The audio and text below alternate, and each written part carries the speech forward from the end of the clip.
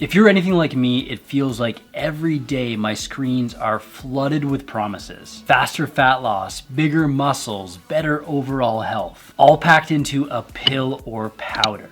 The supplement industry is booming, but behind the glossy ads and the influencer endorsements, a critical question looms. Are these products truly necessary, or is the supplement industry just one big money-making machine? In this video, we're diving deep into the world of supplements to uncover the truth. Are they a scam? And if they're not, which ones are actually worth the time and money to be taking? Over the last several decades, nutrition supplements have exploded in popularity. Your parents, your grandparents, they might have been taking a multivitamin, but now, with the rise of social media and alternative diets, supplements are everywhere, from more common ones like protein powder to even stranger ones like beef liver pills. And this industry has seen massive growth in recent years, reaching over $159 billion in revenue in 2023 in the US alone. And why is this the case? Well, for the most part, sales have been fueled by the claims that supplements solve specific issues, but they also fix everything. While the economics and social implications of the rise in supplements is extremely interesting, let's cut to the chase and debunk if these supplements are necessary in the first place. And to answer that, we first need to ask, why would someone need a supplement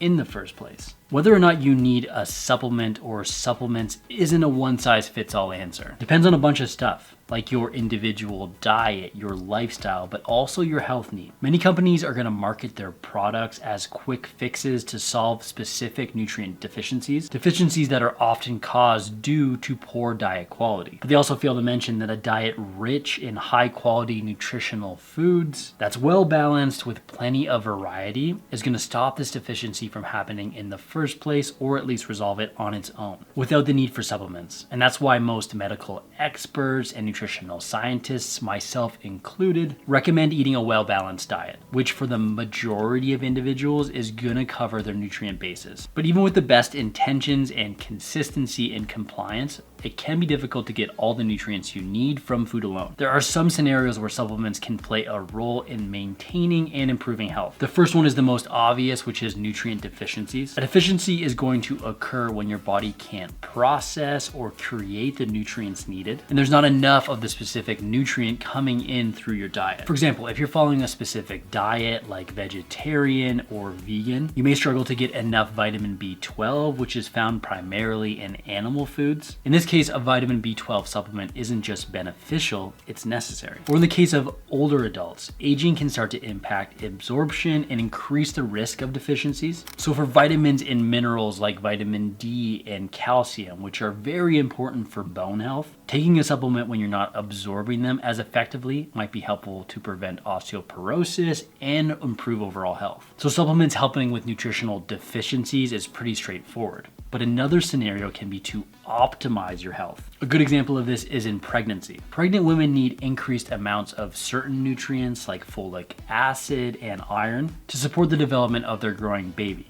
And prenatal vitamins are designed specifically for that, ensuring both the mother and baby are getting everything they need during the pregnancy. And then there's lifestyle. If you're an athlete or someone with an active lifestyle, your body has higher nutritional demands than the average person. You need more vitamins, you need more protein and energy overall. Supplements like protein powder and electrolytes can help meet these needs, which will support recovery but also enhance performance. And lastly, it would be silly to not talk about convenience. Let's be honest, having a protein bar ready in your gym bag is much more convenient than carrying around Tupperwares of chicken. These are the most important factors to consider: nutrient deficiencies, lifestyle, and convenience when you're considering if a supplement is worth taking or not. Supplements should serve as an addition to a well-balanced diet, not a replacement. However, sometimes supplements can be helpful to improve your overall health, reach new goals, or manage certain conditions. Now, before I dive into what supplements may be worth your consideration, let's talk about some of the potential drawbacks of relying on them. While dietary supplements aren't necessarily a scam, they do come with some potential drawbacks you need to be aware of. One of the biggest issues is the inconsistency in quality. Unlike prescription medications, many supplements aren't regulated in the same way by governmental organizations. Not to mention, many supplements are now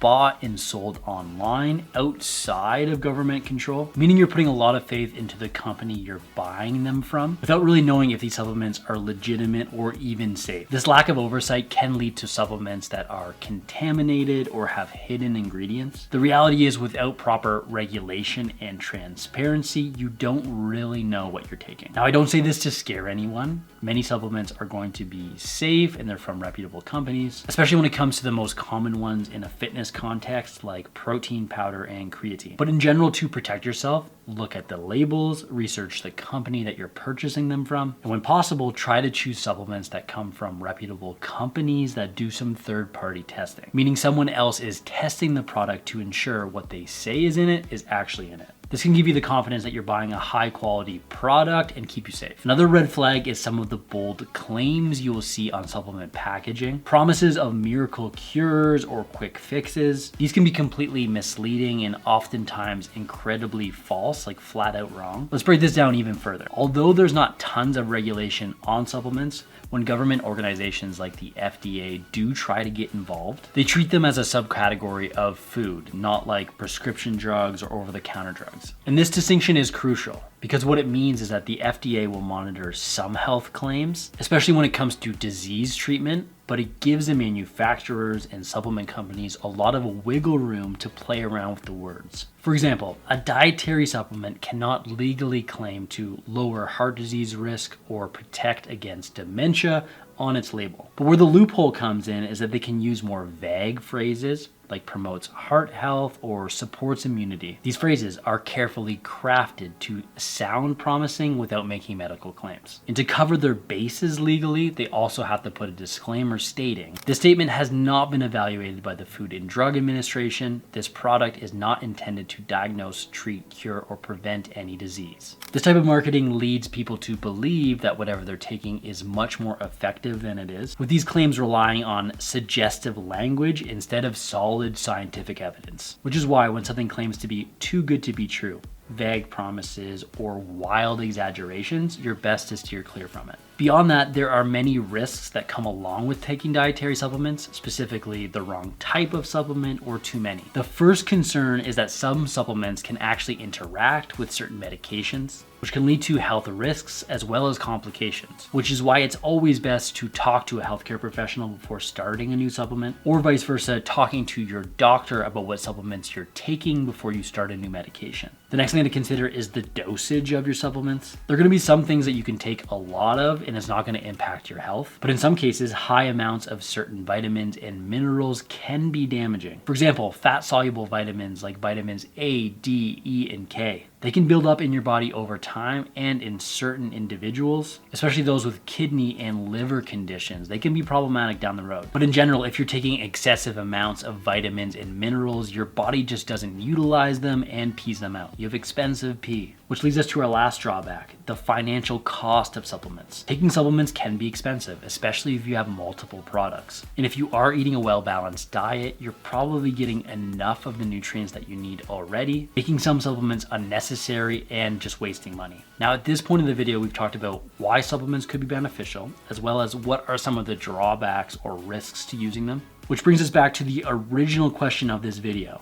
Are supplements a scam? My expert opinion, no, they are not. Most supplements, especially those that use third-party testing and have some quality control, and are using evidence-based research to impact product decisions, these make good supplements and they will work, especially if you're deficient. And that's the key for a supplement to actually work. It's taking a look at what you're currently doing and what you could potentially be missing and supplement with that. In general, whole food sources are always going to be better from a vitamin and mineral perspective because there's additional elements in the food that help with digestion and absorption. But even with the best overall diets, some people are going to need to supplement. For example, if you live in the Northern Hemisphere like I do in Canada, it's probably wise to supplement with a vitamin D supplement. Or if you're a plant-based eater or a female with a menstrual cycle, it might be in your best interest to supplement with iron. And maybe you're not deficient in something, but taking a supplement will optimize your overall health, like is the case with creatine, with so many benefits to performance, but also cognitive health. If it helps, it doesn't hurt,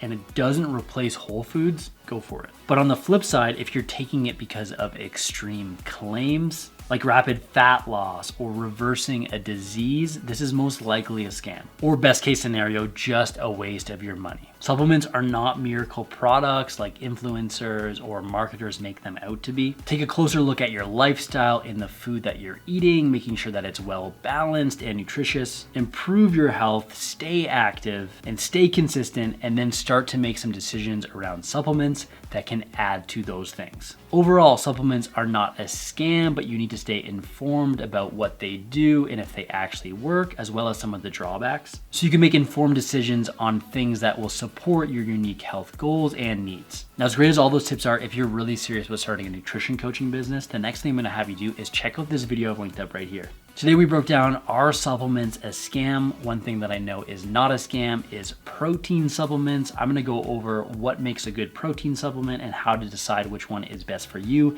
in this video right here. So check it out now, and I'll see you in the next video.